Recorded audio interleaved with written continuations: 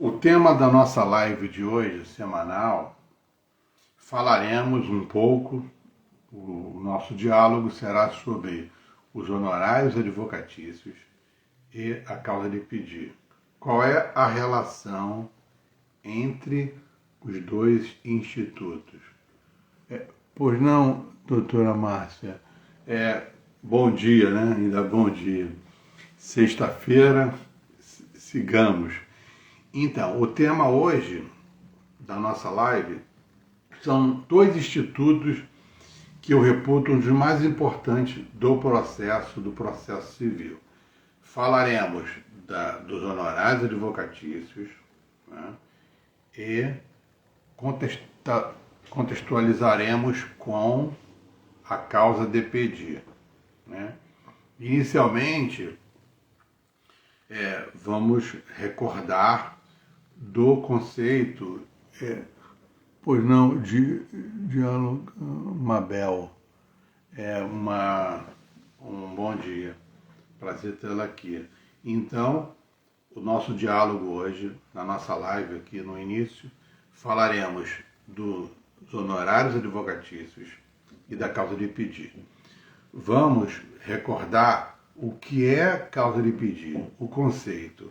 O conceito de causa de pedir são inúmeros, são vários, e a interpretação, ainda que erroneamente, são várias, diversas, sobre o que é a causa de pedir.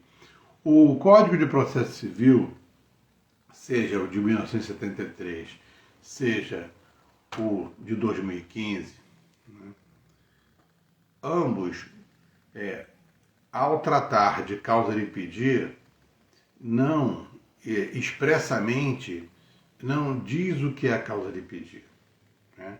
Fala em fundamento jurídico, daí a confusão de que causa de pedir, fundamento jurídico, seria o dispositivo legal. Não é.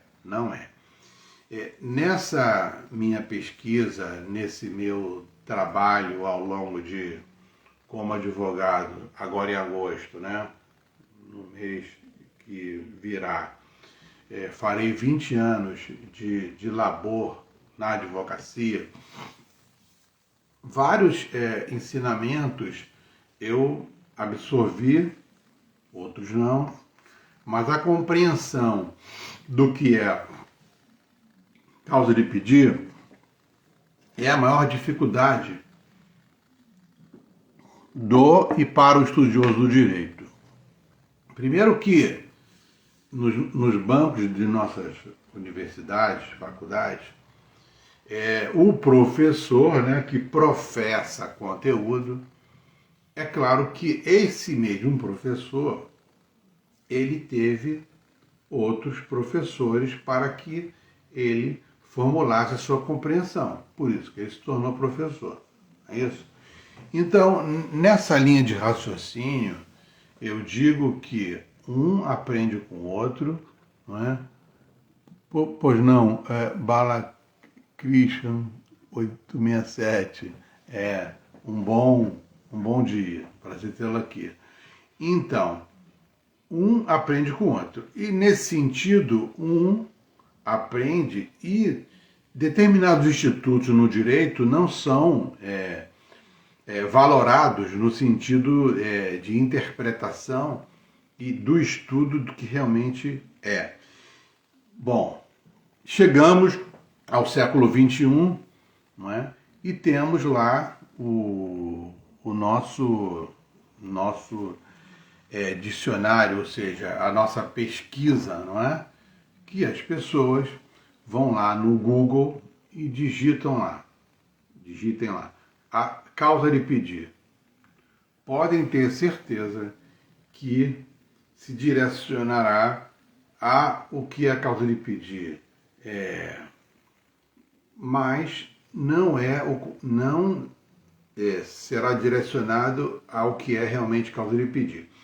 Porque que é a causa de pedir? A causa de pedir é quando o demandante, né, no caso o jurisdicionado, ou o demandante, pretendem, ou seja, demanda quer dizer pretensão. Nós temos um direito de provocar, de exigir do Estado juiz, jurisdição, não é isso? Essa jurisdição, essa mesma jurisdição, deve ser célere, eficiente e adequada. Nesse sentido, a causa de pedir, mais precisamente no CPC 2015 e também em relação aos honorários advocatícios. Aí a relação. Mas é preciso entender o que é causa de pedir. Pelo menos começar a entender. Realmente é um instituto, na minha opinião, é o mais importante e é um dos mais difíceis de compreender. Porque, contextualizando o processo civil, a Constituição da República e o nosso ordenamento jurídico, temos hoje que observar mais precisamente os princípios constitucionais, mesmo em se tratando de processo civil. Um dos princípios é o princípio da cooperação entre os atores do processo, né? Seja demandante, autor, demandado, demandada, réu, ré, não é isso? Advogado, partes, juiz, juízo, não é? Ministério Público, Defensoria Pública, a cooperação e também o princípio da lealdade processual. Nesse sentido, eu entendo que o causídico, por ser aquele que receberá o cliente, não é? E formará, irá formular, aliás, a causa de pedir e os pedidos, é necessário que essa mesma formulação seja de forma adequada e mais correta possível. Por quê? Porque todo o processo e o procedimento, né, será em torno daquela causa de pedir. Aquela causa de pedir que fará coisa julgada, formal, material ou apenas formal, mas fará a coisa julgada e no decorrer da demanda, se não tiver, né, se tiver os requisitos de toda a demanda, né, é preciso ter interesse e a legitimidade. Passado isso, o juízo, lá na regra do artigo 357, irá organizar o processo, que em 1973, no Código de 1973, seria o chamado despacho saneador. Errôneo, mas era chamado de despacho saneador. Hoje, a organização do processo e procedimento, que o processo, vocês sabem que é uma marcha adiante. O professor Barbosa Moreira já falava, o processo ele sempre deve ser útil e necessário. Se ele não for útil e necessário, então, nesse sentido, o processo e o procedimento é uma marcha adiante, sendo útil e necessário. Então, essa causa de pedir, ela tem que ser útil, necessária e adequada. Então, nesse sentido, o causídico, né, pela regra do artigo, né, do princípio constitucional, no artigo 133 da Constituição, o causídico ele é indispensável à administração da justiça, porque ele tem capacidade postulatória e ele formulará essa demanda adequada. Não há como o homem médio formular adequadamente a causa de pedir, porque ele não tem capacidade técnica e postulatória, mesmo sendo do ius postulandi até 20 salários no juizado especial civil. Lá, pelo menos aqui no estado do Rio de Janeiro, há universidades que trabalham lá no primeiro atendimento no juizado, Defensoria Pública, né? Mesmo não tendo série postulatória tem o ius postulandi, que é para facilitar o acesso à justiça. Ainda que, no meu entender, precário, não deixa de ser um acesso à justiça. Nesse sentido, a causa de pedir, procuro sempre utilizar o ensinamento do professor Barbosa Moreira. A causa de pedir é aquilo que o demandante ou os demandantes afirmam serem verdadeiros.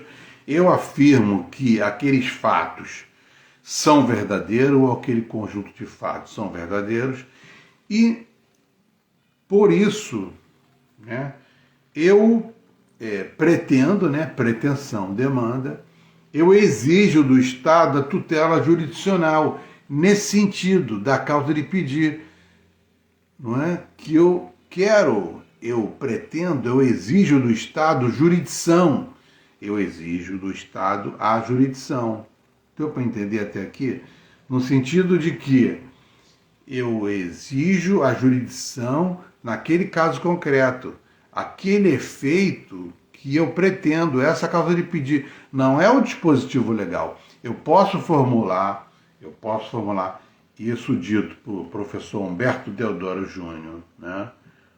Professor Barbosa Moreira, e eu lhes digo que vocês podem formular a petição inicial e não colocar nenhum dispositivo legal. Eu tenho que indicar qual é a causa de pedir, porque a causa de pedir, o fundamento jurídico, é um requisito obrigatório que está lá na regra do artigo 319, não é? Inciso 3, né? Inciso 3, a petição inicial indicará, inciso 3, o fato e os fundamentos jurídicos do pedido. O fato e os fundamentos jurídicos do pedido. A causa de pedir é qual o fundamento da sua pretensão, qual o fundamento da pretensão. E o conceito constitui o fato ou conjunto de fatos, né, que o demandante atribui à produção do efeito que ele afirma. Ele afirma e ele quer a produção daquele efeito. Por isso que é importante saber a causa de pedir. O aluno passa, o estudioso do direito, a faculdade toda sem saber o que é a causa de pedir, não é? Porque ele não dá tanto valor à teoria geral do processo, a TGP, não é isso? Aquela esquecida, né? Que, como bem fala professor Fred Diré, aquela esquecida causa de pedir, mas é necessário que estudemos o que é a causa de pedir, para sabermos lá adiante o que é um precedente, né? O que é uma súmula vinculante. Eu preciso saber o que é coisa julgada, mas eu tenho que saber o que é causa de pedir. Se eu não souber o que é causa de pedir, eu não posso avançar no processo civil. Não há como avançar, não há como entender o processo civil. E se entender o que é causa de pedir, com absoluta certeza você irá facilitar o entendimento de qualquer ramo do direito, seja empresarial, direito da família, direito das famílias, qualquer ramo do direito, direito civil, direito do consumidor, direito imobiliário, não é? Direito das coisas ou direito sobre as coisas, mas tenhamos que entender o que é causa de pedir, né? Passado isso, os honorários advocatícios, né? Vamos fazer uma brevíssima recapitulação do que é honorário. Os honorários advocatícios, nós temos 3 espécies, ou seja, os honorários que são contratados, né, aqueles honorários contratados com o cliente, né, de acordo, é claro, com o labor de cada causídico, tendo como parâmetro a tabela de honorários mínimos da OAB, né? É claro que há uma variação, mas de acordo com cada estado e de acordo com o poder econômico ou a condição socioeconômica daquele cliente, né? Mas eu tenho como parâmetro a tabela da Ordem dos Advogados do Brasil. Então lá, diante disso, eu tenho os honorários que são pro labore, né? Aqueles iniciais, ainda contratados, e os honorários de êxito, né? Alguns causídicos colocam como uma manutenção, aqueles honorários que, ao longo, enquanto o causídico estiver atuando, responsável pelo aquele processo, ele receberá aquela verba estipulado de acordo com o caso concreto, de acordo com com cada cliente. É muito específico de cada contrato, de cada prestação de serviço. Eu tenho os honorários advocatícios, esse na forma contratada, não é? Então, agora, o importante aqui para a causa de pedir os honorários, essa contextualização de honorários advocatícios para a causa de pedir, nós temos que verificar adequadamente o que o demandante quer, o que ele afirma, a causa de pedir e os pedidos, para formularmos adequadamente aquela petição inicial, o pedido e a causa de pedir. E, de acordo com aquilo, eu teria o quê? Os honorários advocatícios chamados sucumbenciais, né? Então, tem os honorários contratados, os honorários sucumbenciais, né? Vou continuar falando dos honorários sucumbenciais, mas eu apenas vou falar dos honorários arbitrados, que eu falei são 3 espécies: os contratados, os sucumbências e os arbitrados. Quando é arbitrado é quando normalmente não há um contrato a carta específico, porque na regra do Código Civil, o labor do advogado presume-se onerosidade, ainda que não tenha contrato ainda manifestado à vontade ou a cártula, o contrato escrito, né? Aquela execução do contrato, né?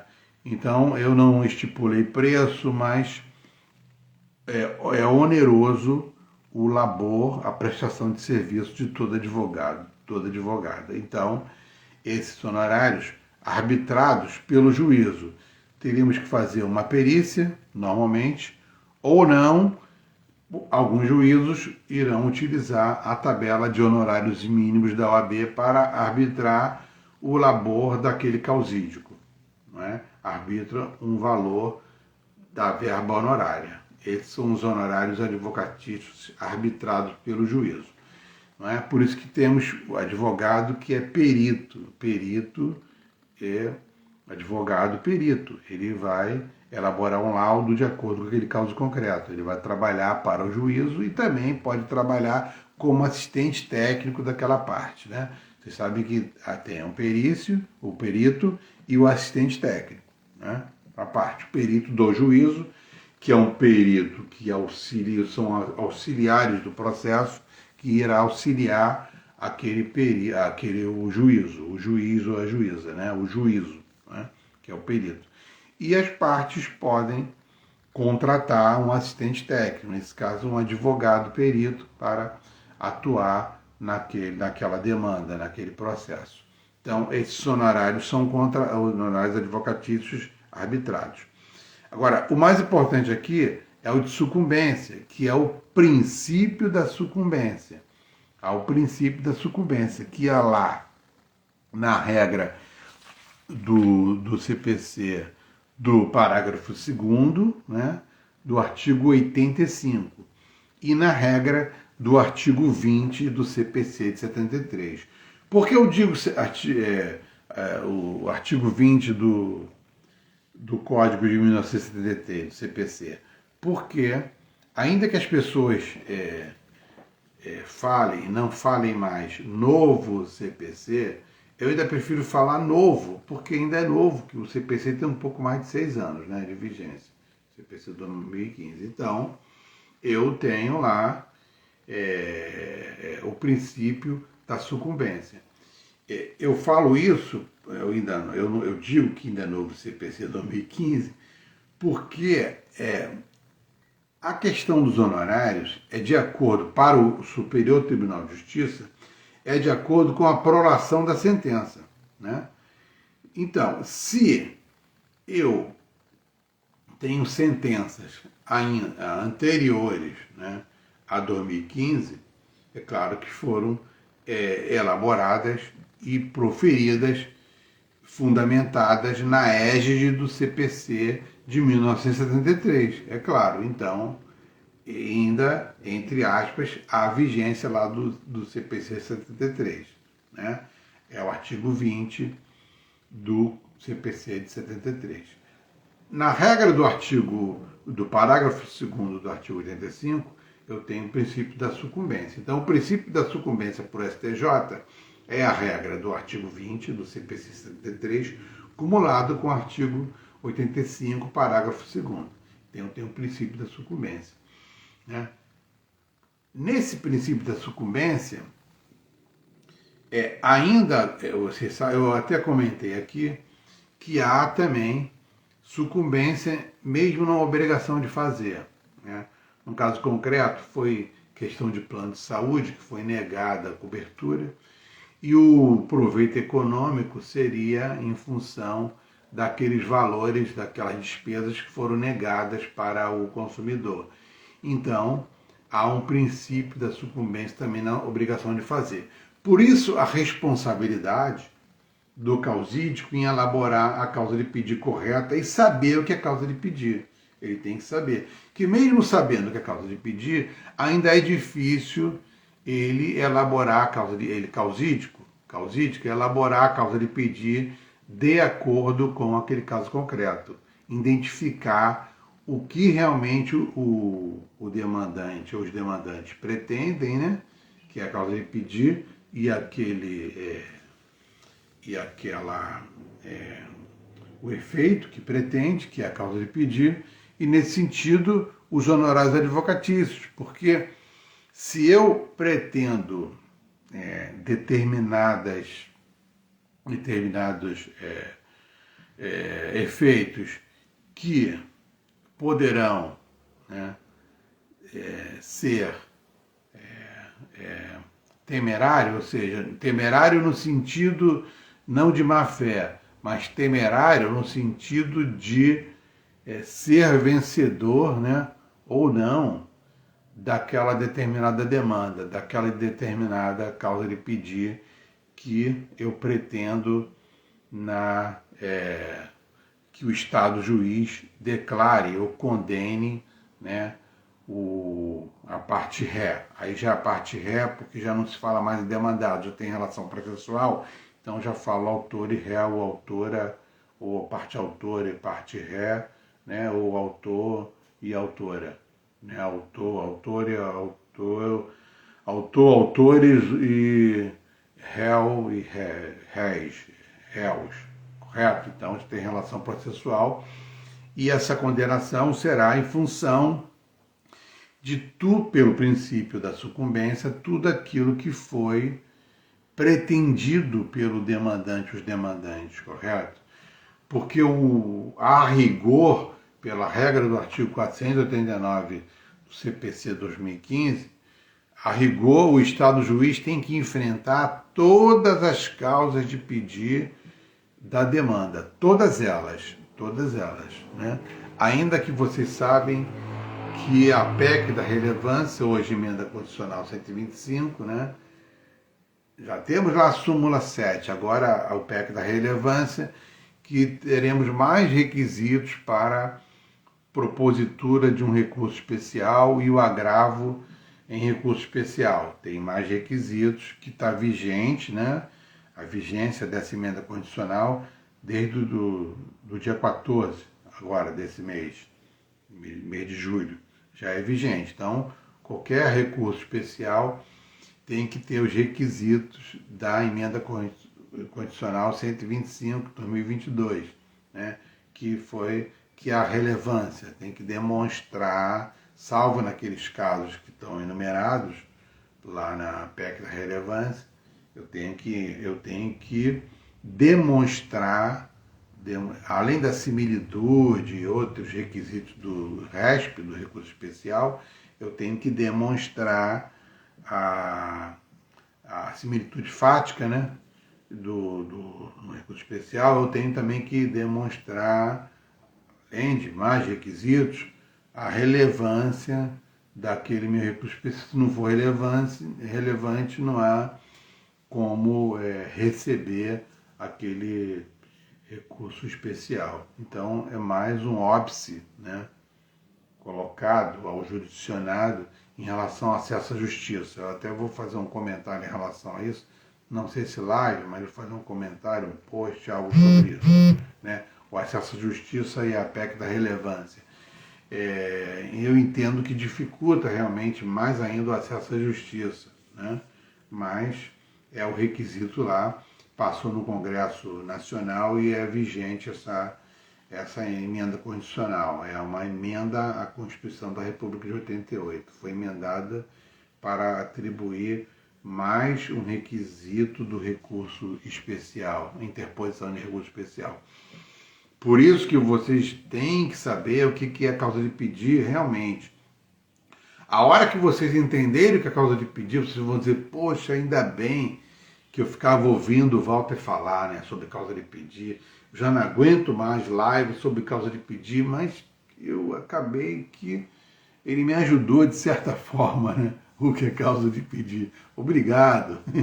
Mas é isso, o entendimento do que é causa de pedir é importantíssimo. Então, contextualizando novamente, vamos lá seguindo em relação aos honorários. Então, se eu recebo aquele cliente, vou elaborar a causa de pedir, eu vou verificar. Por isso que o estudo da jurisprudência, não é, tanto do tribunal local quanto do STJ, STF também, mais STJ, né, a lei federal, é preciso verificar o entendimento e se naquele caso concreto, aquele efeito que o demandante quer, o seu cliente, está realmente contextualizado, está realmente adequado àquele pedido. Porque, vamos supor, eu vou acumular, eu tenho lá um contrato, vamos dar um exemplo aqui prático. Eu tenho um contrato de financiamento bancário. Tenho lá um mútuo. Tem um mútuo, né, que é dinheiro, empréstimo, e eu vou... o seu cliente diz que esse contrato, ele é leonino. Esse contrato não há como... ele está muito oneroso, onerosidade excessiva, né? É um princípio lá do direito do consumidor, o princípio da não onerosidade excessiva, o princípio da onerosidade. Então lá ele está muito oneroso, então eu pretendo, eu consumidor, eu jurisdicionado, vou exigir do Estado que o Estado faça uma revisão naquele contrato e atribua aquela determinada cláusula a nulidade dela por ela ser leonina, né? Para o contrato ficar equilibrado. Vocês sabem que o contrato ele tem que estar equilibrado do início ao fim, né? A manifestação de vontade foi para equilibrar, senão esse contrato é nulo, né? Ou aquela cláusula é nula, né? Mas como o processo civil, aqui, o nosso processo civil brasileiro, ele adequa, ele abraçou, ele emprega a teoria da substanciação, é preciso que eu elabore a minha petição inicial substanciada, explicar qual é a cláusula daquele contrato que ela é leonina para equilibrar. Qual foi o fato ali, qual o fato jurídico, né? O ato jurídico, o fato jurídico, do negócio jurídico, eu pretendo que o Estado juiz reveja para que o contrato fique equilibrado. Ou então, se houve uma lesão, eu vou receber uma indenização, não é isso? De acordo com o nosso ordenamento jurídico, com as normas, com a norma jurídica, seja princípio, seja regra do Código, seja a regra do Código Civil, seja a regra do Código de Defesa do Consumidor, né? Relação de consumo, no caso, as regras lá do Código de Defesa do Consumidor, qual foi o dever que foi violado, no caso do fornecedor de produtos e serviços. Então, eu vou pretender, né, demandar, né, a minha causa de pedir em função disso. Aí vocês vão me falar, não, Walter, eu tenho lá também, além do dano material, eu tenho um dano extrapatrimonial ou dano moral, né? Então eu vou acumular. Será que vou? Aí eu vou verificar, eu vou ter que estudar a jurisprudência do STJ, do Tribunal Local, para saber, porque eu tenho, claro que eu tenho lá regra de sucumbência mínima ou sucumbência ínfima, ou seja, na regra lá do artigo do parágrafo único do artigo 86. Se eu demando, por exemplo, dano material e sucumbir em dano moral, ou seja, eu pedi o dano moral e o juízo entendeu, claro, fundamentou por não aplicar o dano extrapatrimonial, o dano moral e apenas o dano material, ou seja, uma indenização, porque aquele contrato estava leonino realmente, é claro que demonstrou, provou, é isso, a causa de pedir, pedido, né? fez a perícia contábil, verificou que realmente aquela prestação estava muito elevada, os juros não está de acordo com o pactuado, de acordo com as normas do Banco Central do Brasil, não é isso? A taxa mínima do Banco Central. Então, tem a jurisprudência, eu vou me reportar, dizer que realmente há um precedente lá do STJ, né? Há uma súmula vinculante, algo nesse sentido, né? Então, aí, se a sucumbência for mínima, é claro que eu, demandante, o pedido será procedente, né? E terei a verba honorária. Eu, como causídico, a verba alimentar, eu vou executar nessa obrigação de pagar ou até a obrigação de fazer, como eu falei, que em relação do proveito econômico, né? Nesse caso pode ter que tenha alguma obrigação de fazer, além da obrigação de pagar, também pelo princípio da sucumbência, eu tenho lá direito a receber os honorários da sucumbência.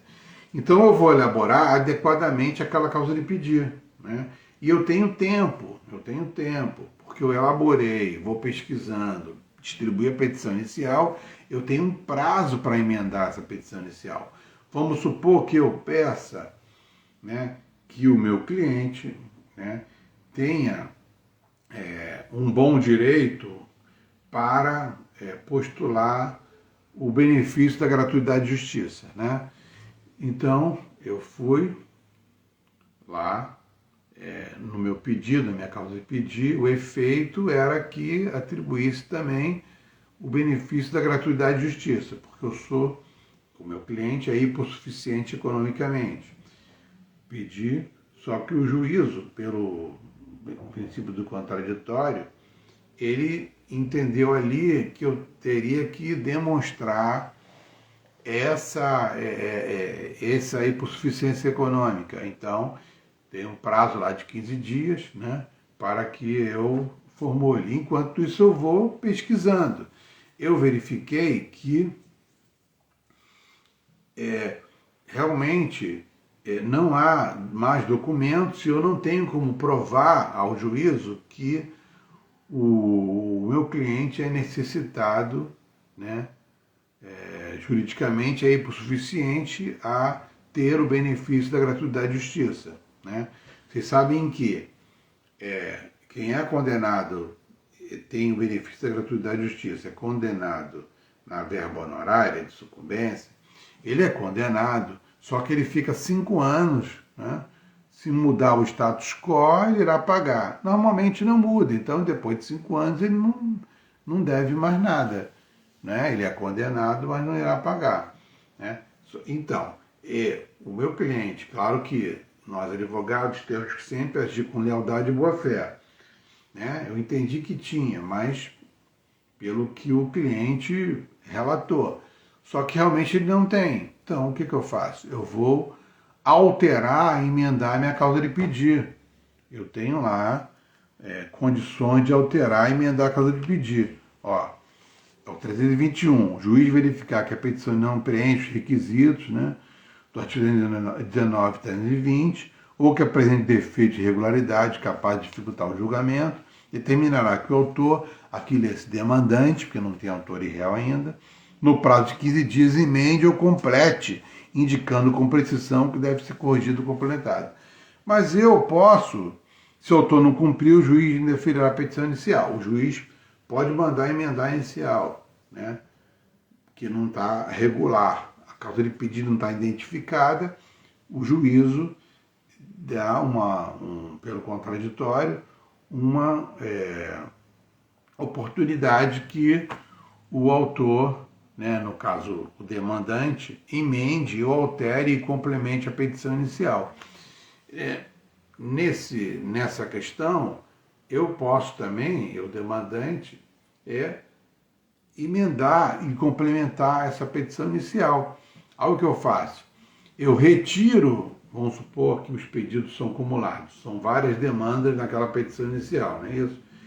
Então eu vou lá e retiro o dano moral, deixo só o dano material, a indenização em relação àquele contrato que não está de acordo com a média do Banco Central. Eu provei com a perícia prévia contábil e vi que realmente a taxa de juros está mais elevada, por isso que o contrato ficou leonino, meu cliente não há como adimplir aquelas prestações.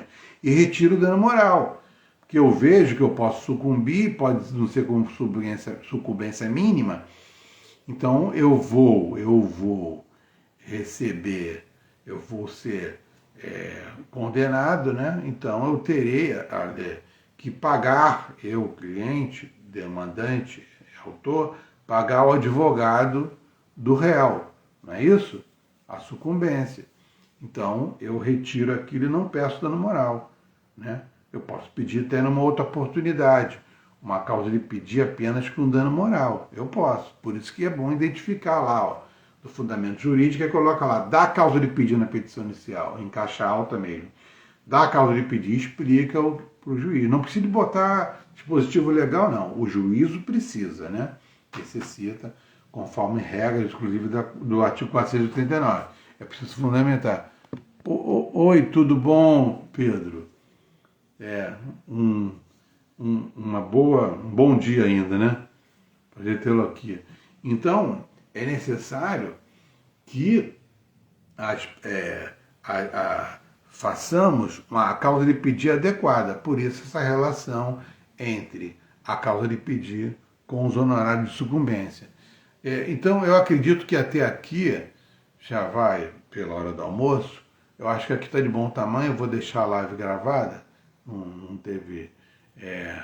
assim, doutora Márcia está aí, não sei quem está aí ainda, né? Uns entraram, saíram, mas de qualquer forma eu vou deixar aqui. Eu agradeço a vocês, doutora Márcia, Pedro, Balacris, né? 867, Diálogo Mabel, né?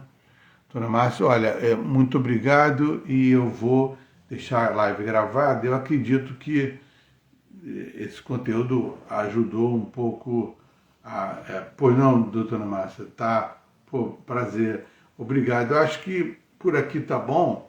Então, vocês sabem, eu não sei, aqui, quem vai assistir a live gravada é daqui da região dos Lagos, né, onde eu estou, em Araruama.